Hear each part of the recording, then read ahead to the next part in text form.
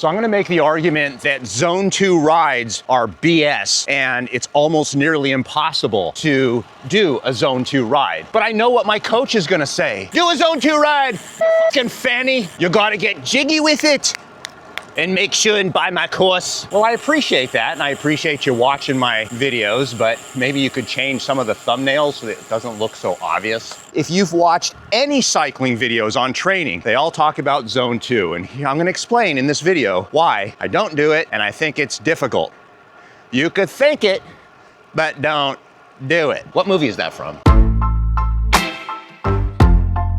Zone 1 is a recovery ride, which is really easy, kind of smelling the roses. Zone 2, you could talk, but it's a little difficult. You can maintain this for essentially hours at a certain heart rate or power, percentage of your FTP, whatever, doesn't matter. Like right now I'm doing a Zone 2. Zone 3 is the danger zone. No, we can't enter Zone 3. Now Zone 4 would be like right below the main lactate threshold.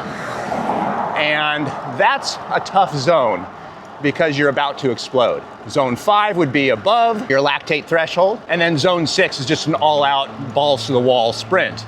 I gotta make this light, hold on. There you go, I just screwed the pooch. Now I'm out of Zone 2.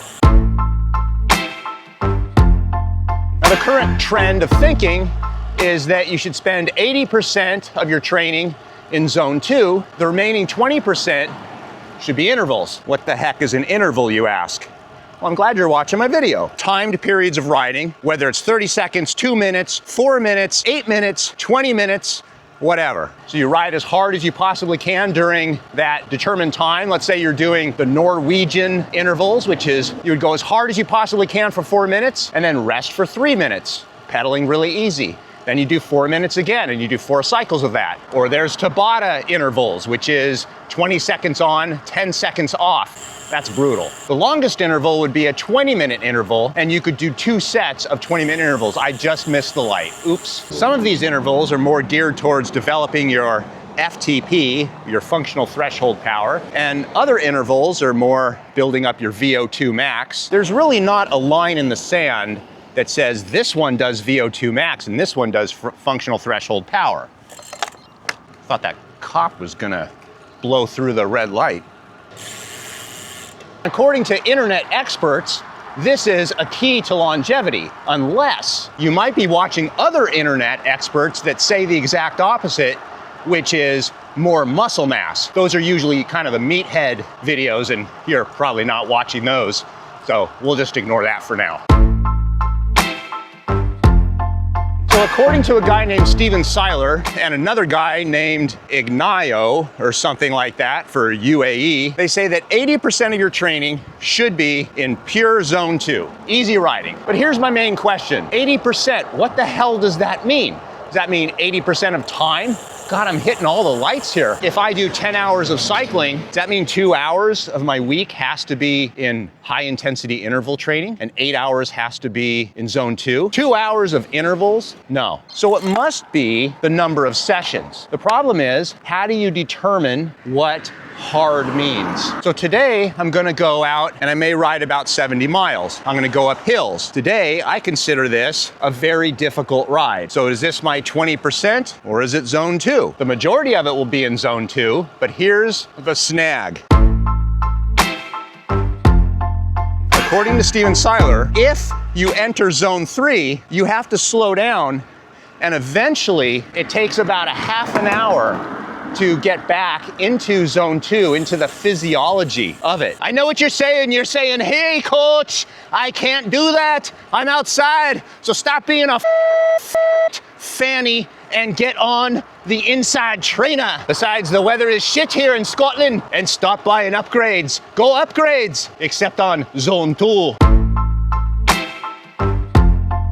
So if I ride 4 times a week, that means 1 day a week should be intervals. Okay, I could buy that. But now here's another question that I have for all the armchair coaches. You have to do VO2 max intervals, functional threshold power intervals. You have to work on your sprints. You can't possibly do that in one day. So one day you do the 4x4, the next day you do the 2x20s. Exactly though, that takes 2 days. That's during the week because they're shorter sessions. But then what am I supposed to do on the weekend? Just do an easy ride? This is the only day I have to really ride far and make it count. But hold on, there's more. What movie is that from? Cycling is not a weight-bearing sport. We are supposed to weight train twice a week. I mean, if you get sore, how are you doing the intervals? But wait, there's more. You also have to stretch and do yoga. See, I'm calling BS. I haven't seen you people in, I shouldn't say you people, that's bad. I haven't seen you in a long time. That's why the weather sucks right now. Thanks a lot, you dick. We're going. All right, let's do it. You know my fondest memory of being a kid is? Having energy. This is gonna be great. You're never gonna ride in the rain again. That's the best thing.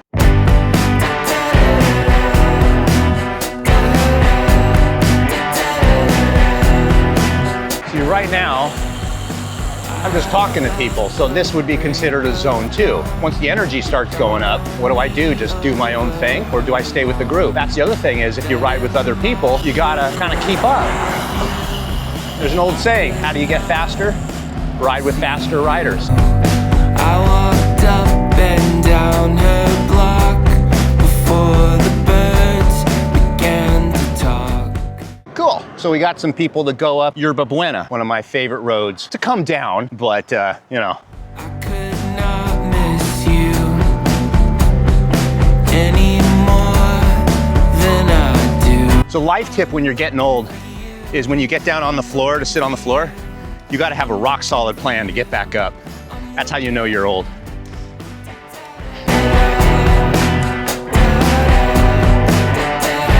Hey John, do you quote unquote train or do you just ride? Well, Do you think of zone 2 and intervals and all that stuff? Yeah. You do it on a regular basis? in my mind, yeah. There he goes. So I was in zone 3 for a while, and then zone 4, and then I blew up, kind of halfway up Yerba Buena. So I was trying to keep up with John, and clearly I didn't. Now I'm gonna catch my breath. So that was, what one could say, a 4-mile interval. Shit, tired. So now I'm gonna catch my breath and then pick it up again. I won't be able to catch him, but start going at my own pace. So even if I was going at my own pace, my heart rate is gonna go up to something higher than a zone 2 just to get up this hill at a reasonable pace. So that's why, I mean, what if you live in an area where you like to climb? Or what if there's a headwind? Or what if there's traffic stops and you're constantly starting and stopping? These are the hard parts about trying to stay in a zone 2. And the idea is that if you get out of zone 2, so at the end of this climb, I'm gonna have to go downhill, and I certainly can't maintain a zone 2 pace for my heart rate and power going downhill. You'd really have to try, and then, what's the fun of that? The point of this is that I watch the same videos everybody does. The GCNs, the Cam Nichols, the coach. I'm in awe at what Dylan Johnson does. That dude is just a beast. When he talks about his training for like an Unbound, I just don't understand how there's any recovery whatsoever. I've seen the videos from Steven Seiler, Inga Go from UAE. And they all talk about 80-20.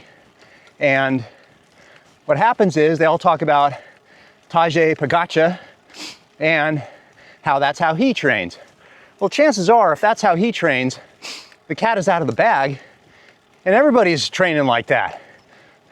So it gives you the impression that, oh, it's a secret training, and I don't know if it is. So what I've found for my own body is that one day is hard, whether I'm doing intervals or doing a long ride, it's hard. The ride is classified as hard. I will always kind of follow it up with times of riding gently. Gotta get up this climb.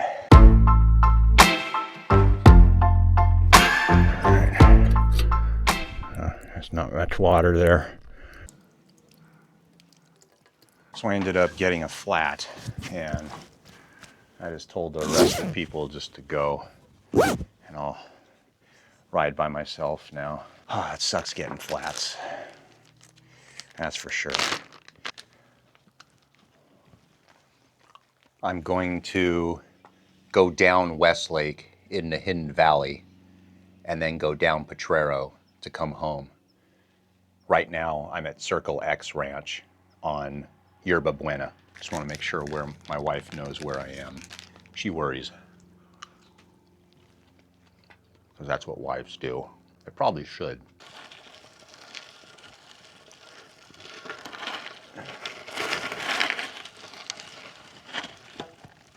Onward.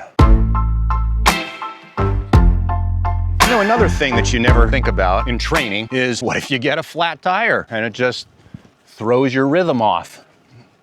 Hey, that's the thing. The whole concept of Zone 2 training is that you're burning fuel, fat as the energy source. And so you have to continuously keep going to do that. And you can't really take breaks. Coffee breaks are a no-no, for example. Then, what if you see someone and you want to try to catch them? That's always difficult too. What if you want to look at the views? I mean, sometimes it's pretty cool. I think Ferris Bueller said it best. If you don't stop to look around every once in a while, you may miss something. Is that the quote? Something like that. But yeah, you might miss out. All right, let's do some downhill. Whoa, that guy should probably stay in his lane. I guess that's why you should never ride really close like this. Don't do that around corners.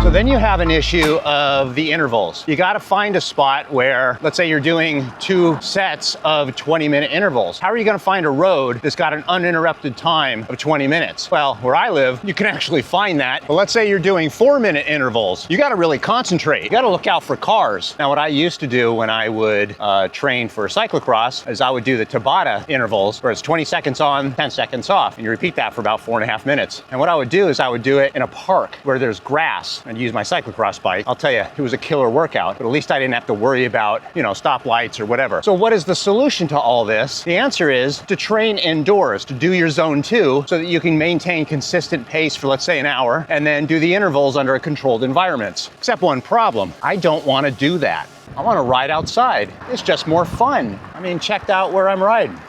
This is pretty damn cool. This is Lake Sherwood, by the way, or something like that. And it's for these reasons that I just think it's unrealistic to ride a Zone 2 ride if you're going to ride outside and have a good time.